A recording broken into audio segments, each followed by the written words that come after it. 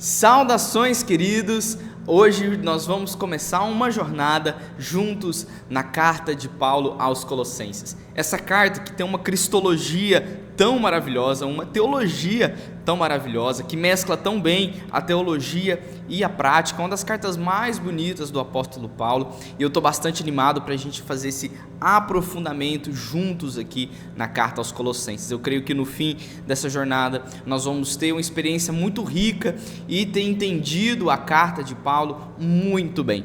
Nosso conteúdo programático vai se dividir da seguinte maneira: nós vamos ter a partir de hoje e das próximas duas aulas uma introdução ao Novo Testamento e à teologia de Colossenses, o contexto histórico-cultural, e a partir da quarta aula nós vamos fazer uma série de diversas exposições no livro de Colossenses, tá bom? Então, assim, vai ser maravilhoso, vamos realmente aprofundar, mergulhar nesse livro.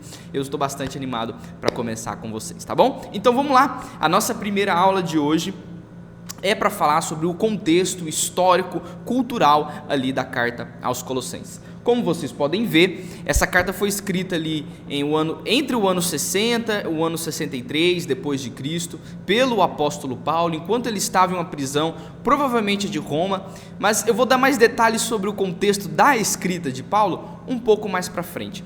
Hoje eu quero voltar um pouco no tempo com vocês, então pega a sua máquina do tempo aí, vamos junto comigo, porque na verdade a história dessa carta, a história de Paulo começa muito antes disso aqui. Nós temos aqui essa data de 60 depois de Cristo, mas eu quero voltar com vocês aqui uns 600 anos. Calma lá, você vai entender, tá? Eu quero estabelecer você dentro desse cenário, nem que de forma breve, mas para você entender o mundo como ele estava, a nação de Israel, o contexto ali. Isso é muito importante para entendermos não só a carta aos Colossenses, mas também todo o contexto ali do Novo Testamento, tá bom? Quero voltar um pouco na máquina do tempo com você, tá? Então vem comigo, vamos voltar lá para o ano 586, tá? Você vai ver no livro de 2 Crônicas, vamos voltar um pouquinho no Antigo Testamento. No fim de 2 Crônicas, nós vamos ver o grande exílio babilônico, por conta das frequentes transgressões de Israel, né? Nós vamos ver, esse é o conteúdo ali do livro de Reis, do livro de Crônicas, né? Nós vamos ver Israel descendendo em um espiral trágico na sua vida espiritual, mas também na sua vida política. Por isso Deus, por conta disso, derrama a sua ira sobre a nação de Israel e o faz então passar por este evento que nós chamamos de exílio, tá? A primeira grande diáspora judaica, por meio dos impérios ali ao seu redor. Então nós vamos ver Deus levantando tanto o império assírio quanto o império babilônico para assolar as 12 tribos de Israel, tanto as do norte quanto as do sul. E depois das tribos do norte terem sido exiladas, depois de algumas deportações da tribo do sul, nós temos em 586 a última grande deportação, com a culminação da destruição de Jerusalém e do templo, tá? Então esse é um evento trágico aí na história de Israel, que acontece em 586. Todo Israel é destruído, o templo é saqueado, é queimado, as coisas de lá são levadas para a Babilônia, junto com o povo que é levado a passar lá mais de 50 anos, certo? Nós temos então esse contexto acontecendo. Em 538, agora, o povo volta por decreto de Ciro para a sua terra, agora já não mais sobre o Império Babilônico, mas sim sobre o Império Persa, que sobrepujou o Império Babilônico. E por decreto de Ciro, eles têm liberdade para voltar para a sua terra, eles têm uma política externa um pouco diferente, né, do Império Babilônico, e não só isso, o Ciro dá liberdade religiosa para que eles cultuem ao Deus de Israel. E aqui nós vamos começar o período pós-exílico, que compreende ali os escritos de Esdras, Neemias, Ageu, Zacarias e Malaquias. Então todos esses livros do Antigo Testamento passam nesse período depois que Israel volta do exílio babilônico, liberado pelos persas, mas ainda sob controle dos persas. E depois desse exílio babilônico e da reconstrução do templo, nós vamos ver que Israel teve bons momentos, certo? Mas ainda assim não se havia voltado plenamente ao seu Deus. Israel continuava, mesmo que tendo liberdade religiosa, sob domínio ali do Império Persa. Então, não muita coisa mudou, né, se a gente parar para pensar, desde que o povo foi para o exílio a primeira vez. Por consequência desse contínuo pecado de Israel, nós vamos ver que Deus passa a reter a sua palavra. Ele retém a revelação para o povo. E nós vamos ter aqui um período, depois ali de Malaquias, de mais de 400 anos, chamado de período de silêncio, tempo de silêncio, porque Deus não levanta mais profetas, não dá mais a sua palavra, e é um tempo de bastante escuridão para o povo de Israel, porque Deus para de conversar, de se relacionar, de habitar com o seu povo, tá? E durante esse período de 400 anos, apesar que ali de Malaquias para Mateus você pulou uma página, mas ali são mais de 400 anos de história. E meus queridos, muita coisa acontece durante esse período, tá? Mudanças que não estão descritas na palavra, porque como eu disse para você, não teve revelação, mas a gente conhece ali por livros apócrifos, documentos históricos, o que aconteceu durante esse período. E saber o que acontece durante esse período é crucial para nós conseguirmos entender o contexto histórico-cultural em que a gente encontra o Novo Testamento, os seus personagens, a nação de Israel. Quando nós saímos ali de Malaquias, nós vemos, e do período pós-exílico, nós vemos o povo sob domínio do Império Persa. Mas quando chegamos no Novo Testamento, vamos ver Herodes, Império Romano. O que está acontecendo? Passou só uma página, mas passou mais de 400 anos, né? Nós vemos fariseus, eu não lembro de ter visto fariseu no Antigo Testamento, zelotes, essênios, saduceus, escribas. Quem que é esse povo? Tudo acontece ali durante esses 400 anos. É um período muito movimentado da história de Israel e que é muito importante nós sabermos o que acontece, porque isso vai situar nós no Novo Testamento, na carta aos Colossenses, tá? Então hoje aqui a nossa intenção é oferecer um breve panorama para vocês desses 400 anos, do período interbíblico, desse período de silêncio. Logo depois do Império Persa dominar ali sobre Israel, nós vamos ver a ascensão ali vinda do Ocidente de um grande general, um grande conquistador, que você já deve ter ouvido falar, Alexandre o Grande, comandando o Império Grego Macedônio. Então vai vir essa grande força do Ocidente e eventualmente em 333, então antes ali, né, durante esse período interbíblico, nós vamos ver a conquista de Alexandre o Grande ali de toda a terra do Oriente Médio, da Ásia Menor e também da Europa.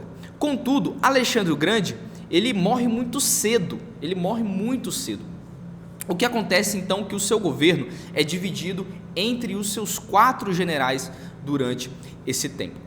O que vai acontecer é que eventualmente um desses generais, depois ali os seus sucessores, um governo déspota ali sobre a nação de Israel vai surgir muito forte, que é o governo do Antíoco IV Epifânio. E ali nós vamos ver uma das maiores tragédias que aconteceu na história de Israel, tá? Que é a profanação do templo judeu. Acontece ali que o Antíoco Epifânio queria de qualquer jeito extinguir a religião e a cultura judaica. Então ele profana o templo, ele sacrifica porcos, que eram animais imundos na lei de Moisés, ali dentro do templo. Ele proíbe a circuncisão, ele ia matar, se alguém pensasse em circuncidar naquela época, ele ia matar o bebê que circuncidou, os pais, a pessoa que circuncidou. Não dava para ninguém. Ele queria implantar de qualquer jeito a mentalidade, a cultura, a filosofia grega, a língua grega. E essa era uma das grandes características, né, do Império Grego. A dominação deles não era só política, mas era uma dominação também cultural. Então grande parte dos esforços do Império Grego era implementar a sua cultura, a sua língua, tá bom? E eles têm muito sucesso nisso. Por isso que nós vamos ver que o Novo Testamento, mais para frente, é escrito em grego. Porque é a língua majoritariamente ali falada naquele tempo, até no tempo de Jesus e um tempo depois ainda. É como se fosse o inglês nosso hoje, certo? Ali na Galileia, na região de Jesus, eles falavam aramaico. Contudo, o grego era a língua majoritariamente conhecida, é a língua dos negócios, é a língua que você fosse transacionar, conversar com qualquer um, você tinha que falar em grego, tá bom? Então, por isso que o Novo Testamento, que é direcionado para os gentios, grande parte dele, né? Para os gentios, para o povo, para a expansão, para outras nações, é por isso que ele é escrito em grego, porque era a língua que, durante esse período da dominação de Alexandre e dos seus generais, eles implementaram ali com grande sucesso. E o Antíoco IV Epifânio, ele foi um dos que mais teve mão de ferro para fazer esse colonialismo cultural, não é, sobre a nação de Israel, e com mão de ferro mesmo ele quis implementar de qualquer jeito a cultura grega. Ele pôs então uma estátua de Zeus dentro do templo, sacrificou porcos, não permitiu que o povo guardasse o Shabá, proibiu então a circuncisão. Tudo isso acontece ali durante o governo do Antíoco IV Epifânio. Mas isso vai levantar muitas revoltas, né? Você acha que o povo de Israel ia aceitar isso de qualquer jeito? Não. Então nós vemos então a revolta dos Macabeus. Isso mesmo, talvez esse nome não é estranho para você, porque tem um livro apócrifo exatamente com esse nome. Ele vale muito a pena você ler, porque ele é um livro histórico, não inspirado, claro, mas é histórico e de grande importância para entendermos o que acontece durante esse período.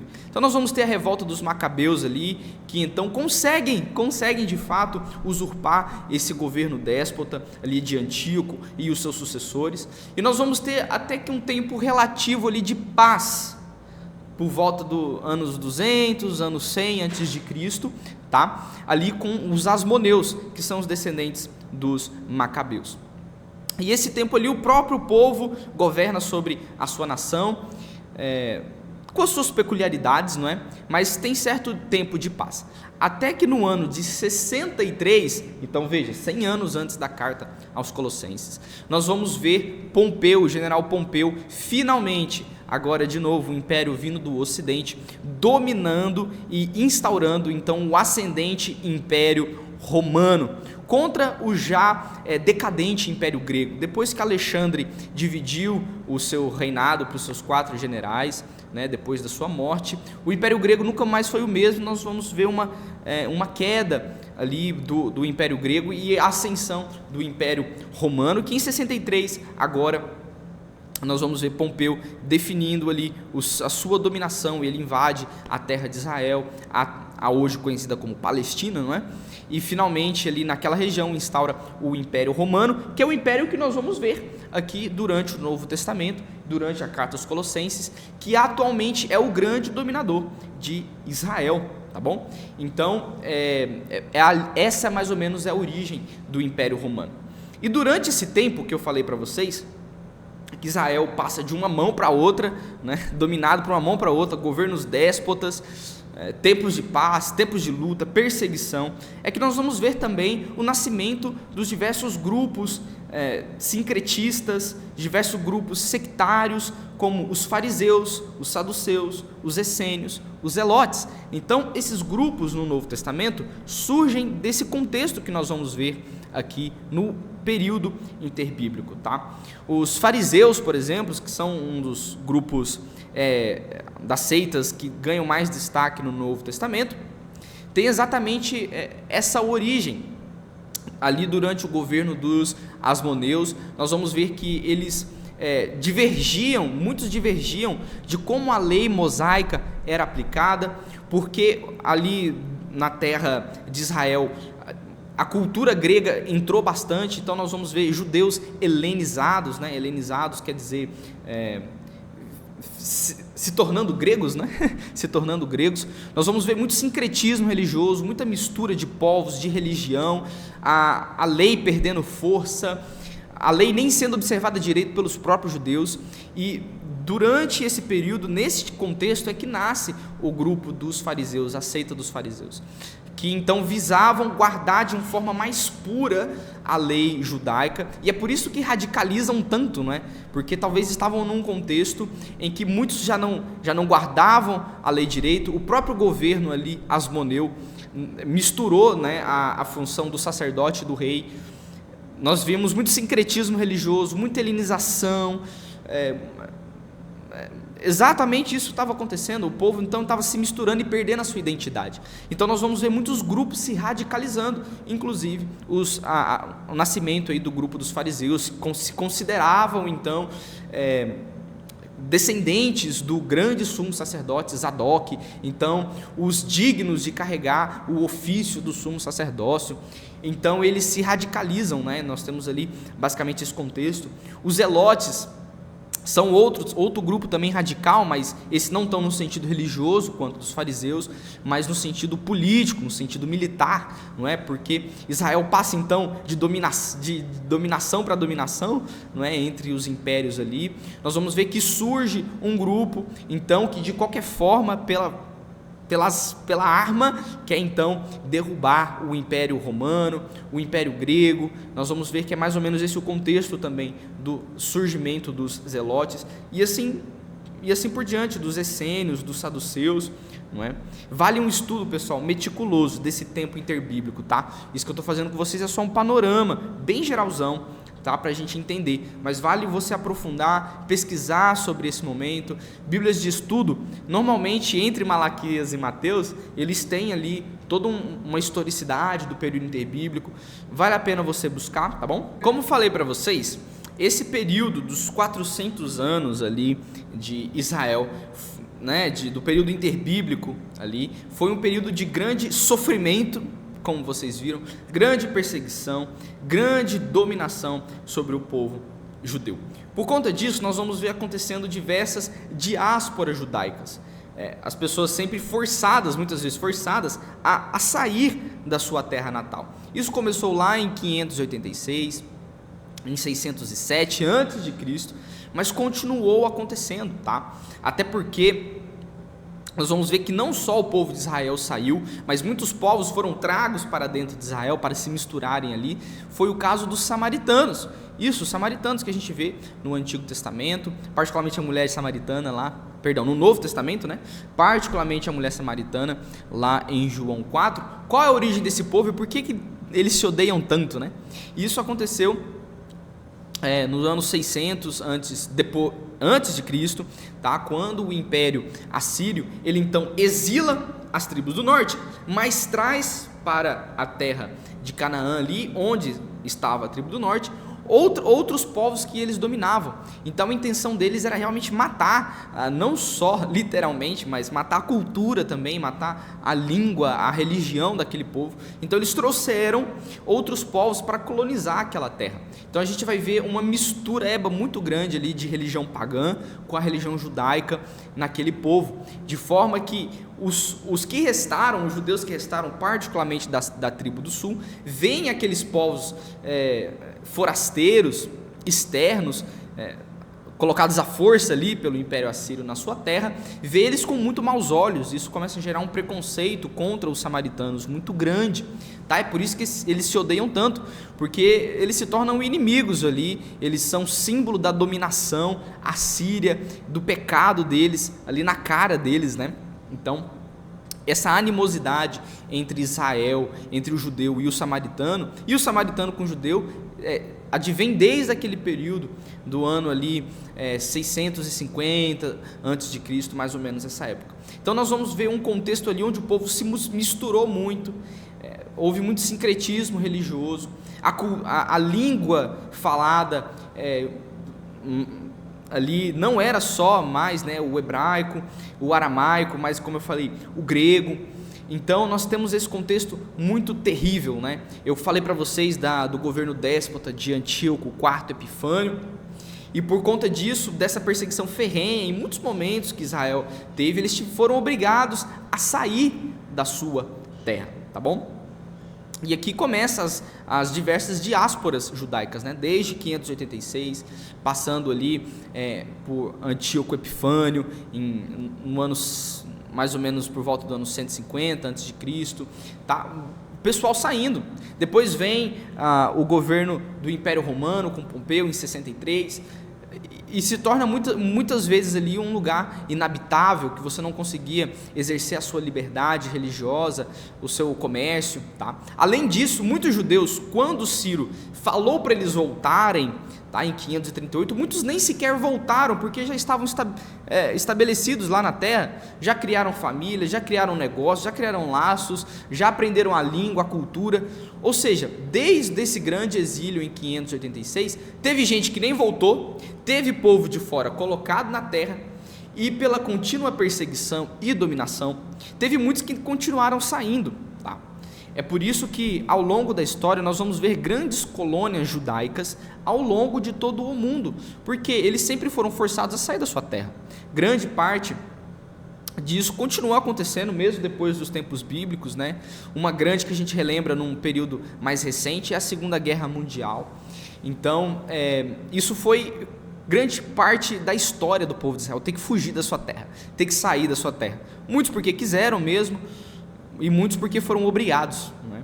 E aqui, pessoal, nós vamos ver que uma dessas famílias que saíram ali de Israel, eventualmente se estabelece ali na região da Ásia Menor, onde hoje é a atual Turquia, subindo ali um pouquinho a terra de Israel, virando logo à esquerda, nós vamos ver onde hoje é a região da Ásia Menor, da Turquia.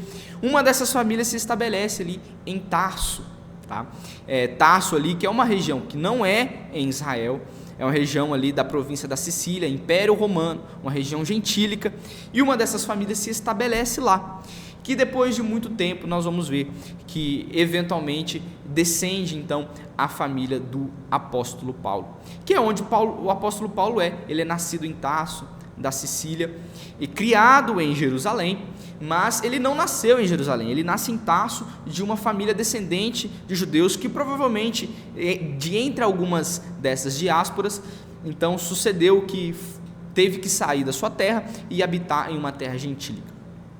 Essa família de Paulo continua a observar a lei, continua sendo judaica, não perderam as suas raízes, contudo estão numa terra gentílica porque tiveram que ser expulsos. E nesse contexto nasce o apóstolo Paulo, que é o autor da carta aos Colossenses. E é por isso que eu estou dando todo esse background para vocês, para nós entendermos como é a vida daquele autor, como estava a vida daquele povo, tá? Ali naquela região também, um pouco mais para frente, nós vamos ver que estabelece a cidade de Colossos, né? Então, esse é um pouco do contexto ali que nós vamos ver estabelecida a nação de Israel. Então, ela está sobre um império, dominada sobre um império romano, cheia de seitas, de sincretismo, de helenização, agora dominada pelo império romano. Então, assim, nós vamos ver que está um povo bastante machucado, um povo bastante disperso e com uma ardente expectativa pela vinda do Messias, porque veja a situação que estavam, né?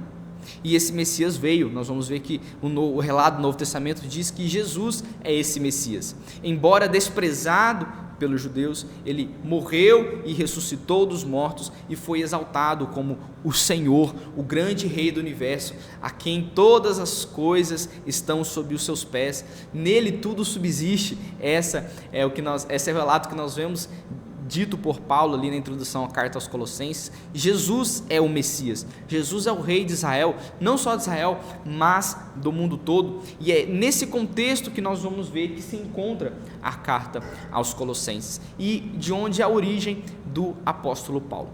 Apóstolo Paulo, esse que nós vamos ver na próxima aula, vamos conhecer um pouco melhor desse personagem, da sua origem, da sua teologia, do que ele faz, o que come, vamos descobrir tudo isso na próxima aula, a nossa segunda parte aqui da introdução aos Colossenses. Vamos estudar juntos a vida de Paulo, tá bom? Obrigado pela sua companhia e até mais.